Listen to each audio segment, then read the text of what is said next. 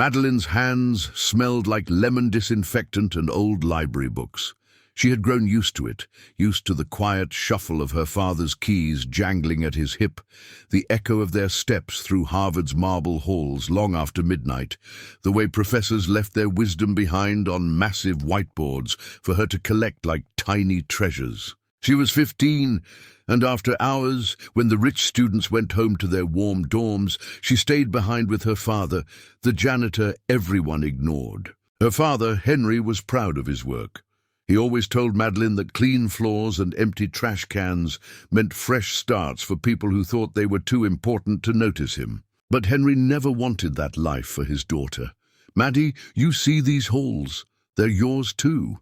Don't let anyone make you feel small just because you carry a mop."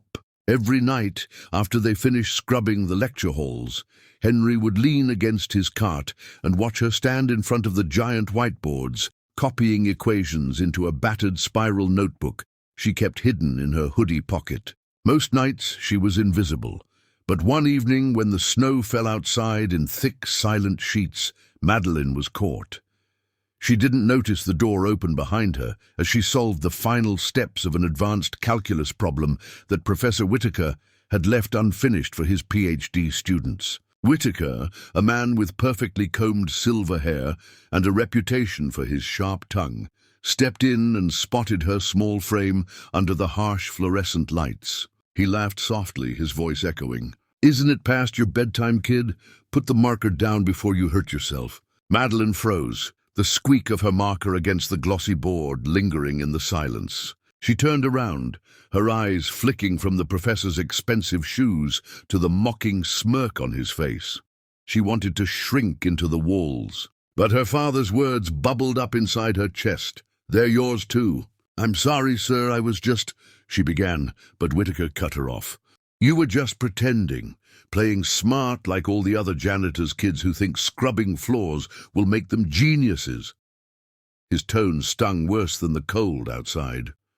A few late students passing by peeked through the door, laughing under their breath. Whitaker didn't lower his voice.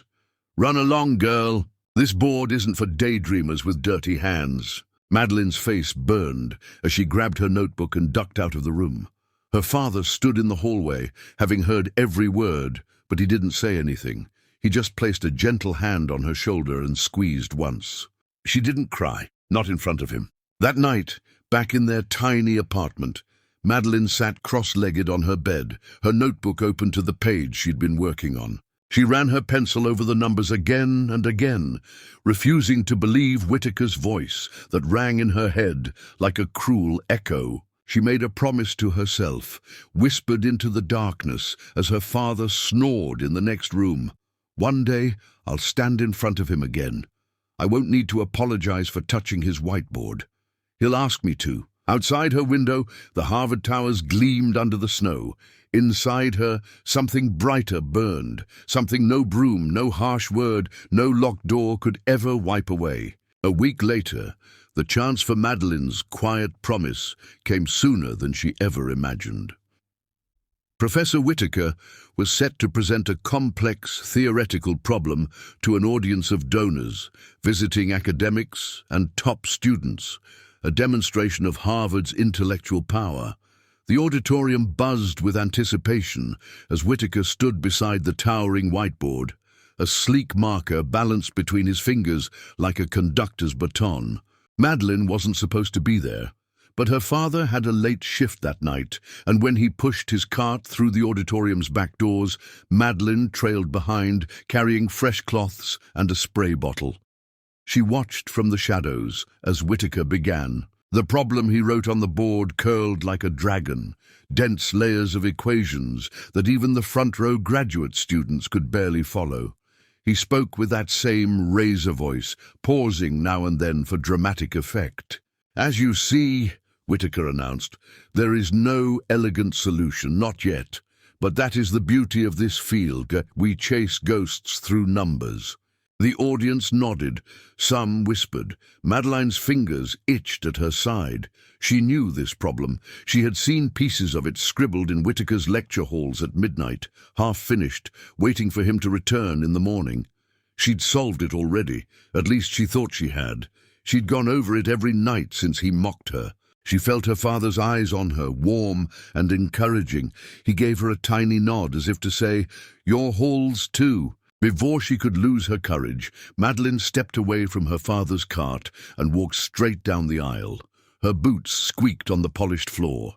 Heads turned. Murmurs rose like a wave behind her. Whitaker paused mid-sentence, his marker hovering in the air. "What do you think you're doing?" he asked, voice dripping with disbelief. Madeline kept her eyes on the board, not him. "You missed a step," she said so softly that people leaned forward to hear her. Laughter rippled through the front rows. Polite, cruel, but she kept going. She reached out and took the marker from Whitaker's slack grip. His mouth opened in protest, but no words came out. Madeline's hand trembled only once before it settled into motion. She erased a section, rewrote a term, connected the broken pieces like puzzle edges. Each line she drew pulled the audience closer, students whispering, professors frowning, donors leaning in. When she finished, she stepped back, marker at her side. The auditorium was so quiet they could hear the soft hum of the old heating vents overhead. Whitaker stared at the board, reading her work line by line. A deep, reluctant awe spread across his face. He turned to the audience and then back to her. His voice, when it came, was a strained rasp. "Who are you?" "I'm the janitor's daughter," Madeline said, her voice clear and calm. "The one you told to run along." A ripple of gasps swept through the room, followed by the sound of scattered applause. Then more hands joined in. Madeline's father, still in his janitor uniform at the back, stood a little taller, his eyes wet but proud. Professor Whitaker stepped aside, the same man who told her this space wasn't for her. Now he watched her stand in it, the marker still warm in her hand. For the first time, Madeline didn't feel invisible. She felt seen, and no one would ever laugh at the janitor's daughter again.